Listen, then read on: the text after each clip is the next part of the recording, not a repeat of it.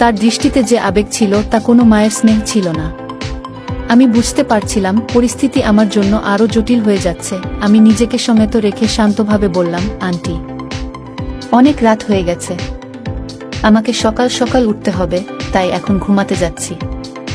আপনি বিশ্রাম নিন। কোনো প্রতিক্রিয়া দেখার অপেক্ষা না করে আমি দ্রুত সেখান থেকে উঠে নিজের ঘরে চলে এলাম। কিন্তু সারা রাত আমার মনে অদ্ভুত চিন্তা ঘুরপাক খেতে লাগলো। আন্টির আচরণ ও তার বলা কথাগুলো বারবার মনে পড়ে যাচ্ছিল। এটি কি নিছক একাকিত্বের বহিঃপ্রকাশ, নাকি অন্য কিছু? আমি বুঝতে পারছিলাম না। পরদিন সকালে নাস্তার টেবিলে পরিবেশ স্বাভাবিক মনে হচ্ছিল।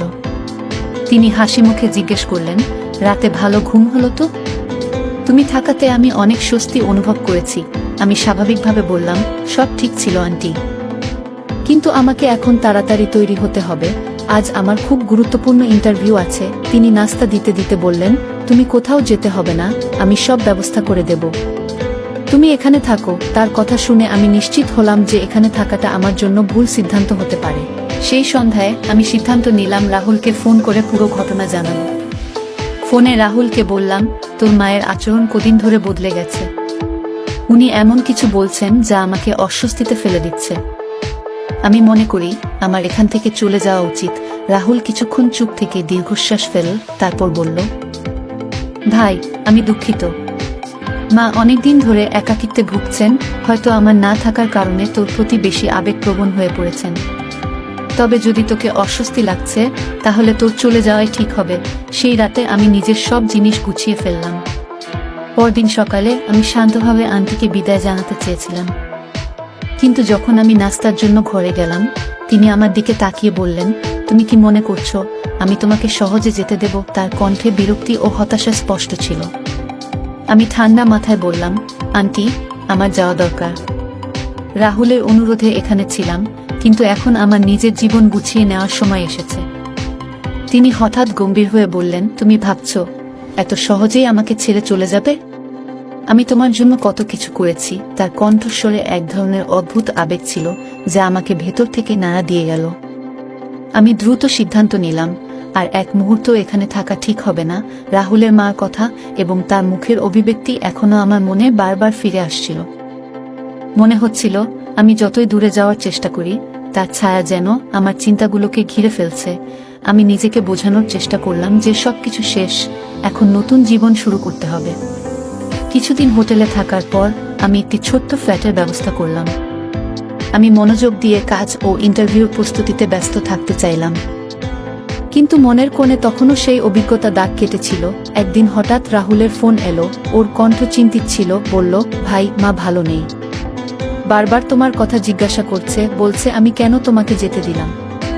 বুঝতে পারছি না কি করব। আমি গভীর শ্বাস নিয়ে বললাম, রাহুল, আমি তোমাকে আগেই সব বলেছি।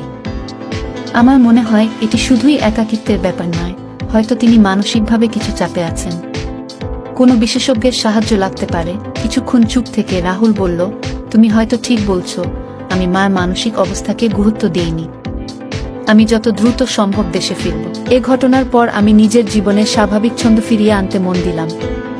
নিজেকে নতুন রুটিনে ব্যস্ত রাখার চেষ্টা করলাম, কিন্তু একদিন যা ঘটল তা আমাকে ভেতর থেকে নাড়িয়ে দিল। রাত আনুমানিক 11টা। আমার ফোনে একটি অচেনা নম্বর থেকে কল এলো। আমি কল রিসিভ করতেই এক পরিচিত কণ্ঠ শুনলাম, রাহুলের মার। তার স্বর শান্ত, কিন্তু খানিকটা অদ্ভুত লাগছিল। বললেন, তুমি কি সত্যিই আমাকে এভাবে ফেলে চলে যেতে পারলে? আমি এখনো তোমার অপেক্ষায় আছি। শুনেই আমার শরীর শিউরে উঠল। অবাক হলাম, তিনি আমার নতুন নম্বর জানলেন কিভাবে? আমি শান্ত স্বরে বললাম, আন্টি, আমি আগেই বলেছি আমি এখানে আর থাকতে পারবো না।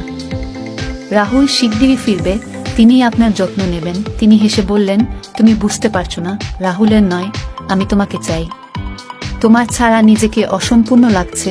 তার কথাগুলো শুনে আমার ভেতরে অস্বস্তির এক শীতল অনুভূতি ছড়িয়ে পড়ল। আমি তৎক্ষণাৎ ফোন কেটে দিলাম। বুঝতে পারলাম এই সমস্যা এত সহজে শেষ হবে না। এরপর থেকে তিনি বারবার আমাকে ফোন করতে লাগলেন, দেখা করার জন্য অনুরোধ করলেন এবং এমন সব কথা বললেন যা আমাকে আরো অস্বস্তিতে ফেলল। আমি রাহুলকে আবার জানালাম। সে বলল, তুমি চিন্তা করো না, আমি দ্রুত সব ঠিক করে ফেলব। কিন্তু এরপর যা ঘটল তা আমার কল্পনারও বাইরে ছিল। এক সন্ধ্যায় আমি আমার নতুন ফ্ল্যাটে বসেছিলাম। হঠাৎ দরজায় কড়া নাড়ার শব্দ হলো। দরজা খুলতেই আমি স্তব্ধ হয়ে গেলাম। সামনে দাঁড়িয়ে আছেন রাহুলের মা। আমি বিস্মিত হয়ে বললাম, আন্টি, আপনি এখানে কিভাবে এলেন? তিনি মৃদু হাসলেন, ধীরে ধীরে ঘরে ঢুকে পড়লেন এবং বললেন, তোমার ছাড়া আমি একা থাকতে পারছি না, তাই তোমার কাছে চলে আসতে হলো। তার কথা শুনে আমার শরীর অবশ হয়ে গেল। আমি স্বাভাবিক থাকার চেষ্টা করে বললাম, আন্টি, আপনাকে রাহুলের কাছে থাকা উচিত। সে আপনাকে অনেক ভালোবাসে। আমি এখন নিজের জীবনে স্থির হতে চাই। কিন্তু তিনি আমার কথা এড়িয়ে গিয়ে বললেন, তুমি বুঝতে পারছো না। তিনি আমার চোখের দিকে গভীরভাবে তাকালেন, যেন কিছু বলতে চান যা আমি অনুমান করতে পারছি না। কিছুক্ষণ নীরব থাকার পর হঠাৎ বললেন, তুমি বুঝতে পারছো না, রাহুলের কথা আমি ভাবছি না। আমি তোমার সঙ্গে থাকতে চাই। তোমার ছাড়া নিজেকে অসম্পূর্ণ মনে হচ্ছে। তার কণ্ঠে এক অদ্ভুত জিদ এবং আবেগ ছিল, যা আমাকে আরো অস্বস্তিতে ফেলছিল। এরপর তিনি যা বললেন তাতে আমার শরীর অবশ হয়ে গেল। আমি তোমাকে ভালোবেসে ফেলেছি। আমি চাই আমরা একসঙ্গে থাকি, হয়তো বিয়েও করতে পারি। জানি এটা তোমার কাছে অস্বাভাবিক শোনাবে, কিন্তু এটাই আমার মনের কথা। আমি যেন কিছুক্ষণ নিঃশ্বাস নিতেই ভুলে গিয়েছিলাম। মাথার মধ্যে হাজারো চিন্তা ঘুরপাক খাচ্ছিল, কিন্তু মুখ থেকে কোনো শব্দ বের হচ্ছিল না। আমি আস্তে করে বললাম, আন্টি, আপনি হয়তো ভুল বুঝছেন। আমি সবসময় আপনাকে একজন মা হিসেবেই দেখেছি। এটি সম্ভব নয়। কিন্তু তিনি আমার কথা কাটিয়ে উঠে বললেন, বয়স বা সম্পর্কের কোনো বাধা নেই, ভালোবাসা সবকিছুর মধ্যে। আমি সারা জীবন শুধু অন্যদের জন্য বেঁচে থেকেছি। এবার আমি নিজের জন্য কিছু চাই, আর সেটা তুমি। তার কথা শুনে আমার শরীরে ঠান্ডা স্রোত বয়ে গেল। আমি স্বাভাবিক থাকার চেষ্টা করে বললাম, আন্টি, এটি একদমই ঠিক হচ্ছে না। আমি মনে করি আপনাকে এই বিষয়টি নিয়ে রাহুলের সঙ্গে কথা বলা উচিত। তিনি বিরক্ত হয়ে বললেন, রাহুল কিছুই বুঝবে না, সে আমার অনুভূতির গুরুত্ব দেবে না। আমি দ্রুত পরিস্থিতি সামলানোর জন্য বললাম, আচ্ছা, আমাকে একটু সময় দিন। আমি ভেবে দেখছি, তারপর আপনাকে জানাবো। তিনি কিছুক্ষণ চুপ করে থাকলেন, তারপর ধীরে ধীরে চলে গেলেন। যেই তিনি বের হলেন, আমি সঙ্গে সঙ্গে রাহুল